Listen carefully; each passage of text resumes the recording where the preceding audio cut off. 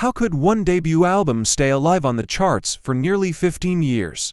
What secret magic does Doo-Wops and Hooligans hold that no other artist has ever managed to replicate? Before you scroll past, ask yourself, has any album ever lived this long without fading away? The answer might just change how you see Bruno Mars forever. Like, comment, and subscribe if this music still means something to you, because the numbers don't lie, and neither does history.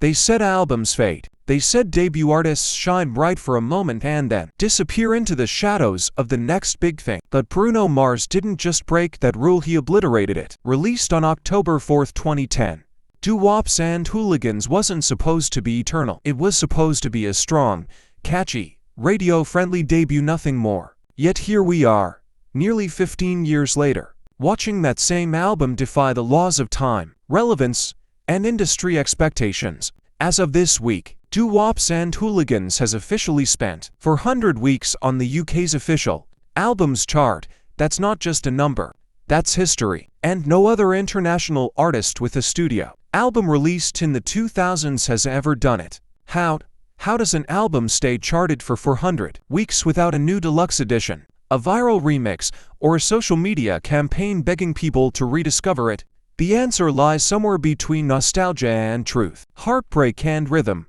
magic and memory. Let's rewind. Back in 2010, Bruno Mars wasn't a global phenomenon yet. He was a name familiar for writing and featuring on big hits like D.O.B.'s Nothin' on You and Travi, Mako's Billionaire. He had a voice. Yes, he had the charm, but the world didn't know he had this. Doo-Wops and Hooligans introduced itself softly, like a warm Sunday morning, just the way your melted hearts. Grenade tore them apart. The lazy song made us laugh, while Talking to the Moon made us cry when no one was watching. It wasn't just a track list, it was a personality map. From the hopeless romantic to the misunderstood loner, everyone found themselves in at least one song. And that connection, that resonance, is the ghost that's never stopped haunting the charts.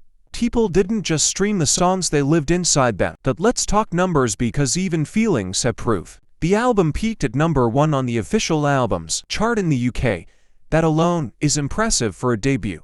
But that was only the beginning. Over the next decade and a half, the album remained a quiet, consistent force. It spent 41 weeks in the top 10, 61 weeks in the top 20, 78 weeks in the top 40, 290 weeks in the top 75, and now, as of August 2025, it has reached the impossible 400-1 weeks in the top 100. That's not a comeback. That's not a lucky spike. That's longevity. That's love. And let's not forget this. Milestone wasn't reached with a massive re-release or a TikTok trend. It wasn't boosted by a death or a scandal or a farewell tour. Bruno Mars is very much alive and thriving. But Doo-Wops and Hooligans has taken on a life of its own. It's been passed down like a family secret, rediscovered by Gen Z, clung to by millennials, and quietly respected by everyone who's ever needed a song to speak for them when they couldn't find the words. Streaming saved it, yes, but streaming alone doesn't keep a record alive for 15 years. Heartbeats do, memories do, first loves, broken friendships, long drives, silent tears, inside jokes, that one night you never told anyone about. Doo-Wops and Hooligans holds all of it, without judgment, without expiration. And if you think about it, really think about it, how many artists can say their first album did that? It's easy to forget, in the age of fast fame, what real impact looks like. It doesn't always trend. It doesn't always go viral. Sometimes, it just refuses to disappear. And this week, the UK charts agreed. Bruno Mars now holds a title no one else does. Among all international artists released a studio album post-2000, he is the only one to have that album stayed in the charts for 400 weeks. 400. Let that number sink in. That's over 2,800 days. That's over 960 million seconds of cultural relevance. But this isn't just a numbers game. It's a mirror. It reflects what listeners keep returning to when they need comfort, when they need to dance, when they need to fall in love again, or when they need to remember why they were hurt in the first place. And perhaps the real surprise here isn't that Doo-Wops and Hooligans made it to 400 weeks but that no one else did. Not Adele, not Ed Sheeran, not Coldplay, Not Beyoncé, not Drake, not even Taylor Swift.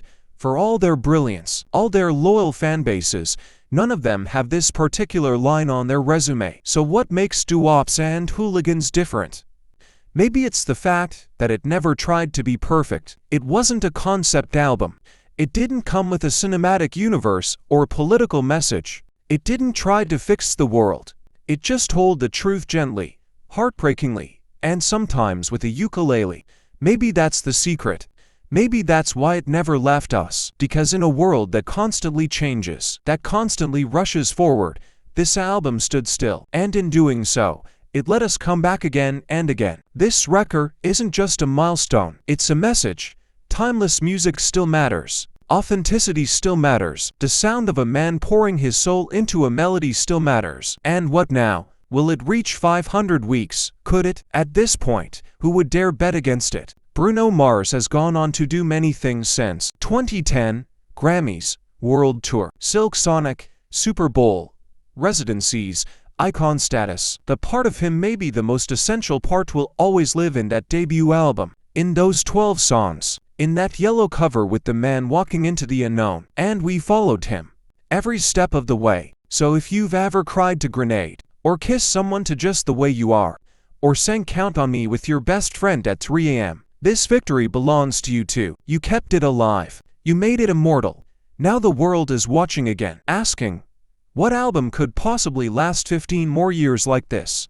Maybe the better question is, why would we ever let this one go? Like, comment, and subscribe if Doo-Wops and Hooligans is still part of your story. Because it's definitely part of ours. And somehow, 15 years later, it still sounds like home. But what happens when a debut album doesn't just age? It matures, evolves, and reintroduces itself with every generation. That's exactly what Doo-Wops and Hooligans has done. This record didn't rely on spectacle. It wasn't a marketing marvel. It didn't need a cinematic rollout or a high-profile feud to gain traction. It relied solely on its heartbeat. And in that way, Doo-Wops and Hooligans became something more than an album. It became a living memory. Every song on the record holds a piece of someone's past. Marry You became the anthem for spontaneous lovers. The lazy song turned into the go-to escape from daily pressure. Runaway Baby lit up dance floors, while Talking to the Moon tore through the silence of midnight thoughts. And when Grenade hit, it hit everyone. It wasn't just a ballad of sacrifice, it was an anthem for the unspoken pain of giving everything and getting nothing in return. So what is it about Bruno Mars that allows him to break through time this way? He's never tried to fit into a mold.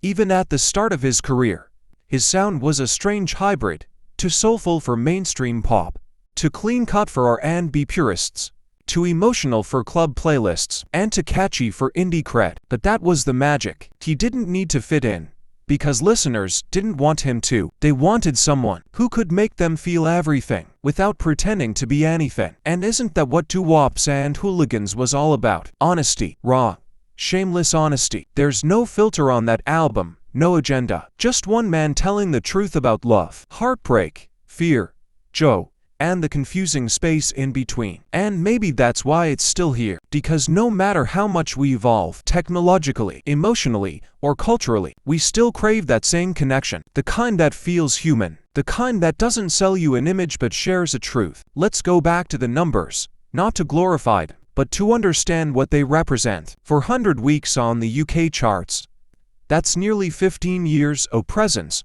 without interruption. Some albums might climb for a year or two, disappear, and re-enter during an anniversary. But Doo-Wops and Hooligans has never really left. It has lingered, quietly, steadily, like a background soundtrack to real life. Bruno Mars didn't chase this milestone. He didn't post countdowns. He didn't beg fans to stream it. It just happened, because people never stopped listening, because they didn't want to stop listening. That's rare. That's sacred. So where do we go from here? There's a chance that Doo-Wops and Hooligans might become the first 500-week album by an international artist released post 2000. But even if it doesn't, the 400-week mark has already immortalized it. It's not about hitting a number anymore. It's about what that number means. It's about endurance in an age of ephemerality.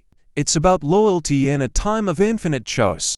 It's about the fact that this album, with its simple melodies, its emotional truths, and its unapologetic sincerity, outlasted trends, platforms, and even some careers. And don't forget, this is Bruno Mars' first album. What other artist can say their debut became a monument? In many ways, Doo-Wops and Hooligans is the blueprint for what Bruno Mars would become. An artist who reinvents, who refines, but who never forgets the essence of what made people fall in love with him in the first place. He may have explored funk with Silk Sonic, he may have mastered retro vibes with 2-4-K Magic, but even as he grows and changes, the heartbeat of that first album never fades. That yellow road on the cover, winding toward a distant rocket ship, it's more than just art, it's prophecy. It's the path we've all walked, unknowingly, with Bruno leading the way. And with each replay, we're reminded of where we started and how far we've come. So if you've ever whispered the lyrics to Talking to the Moon while looking at your ceiling in the dark, if you've ever danced in the kitchen to the lazy song in your pajamas on a Sunday morning, if you've ever screamed, "I'd catch a grenade for ya," with tears in your eyes and no one else in the room, you are part of this story.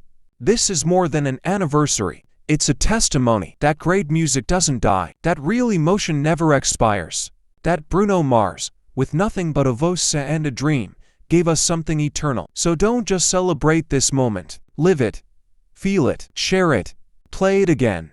Not for the numbers, but for the memories, and for the ones yet to come. Because if Doo-Wops and Hooligans taught us anything, it's this: a song may end, but its echo, it never does. Like, comment, and subscribe if this album ever held a piece of your heart, and if it still does, welcome back. You were never alone.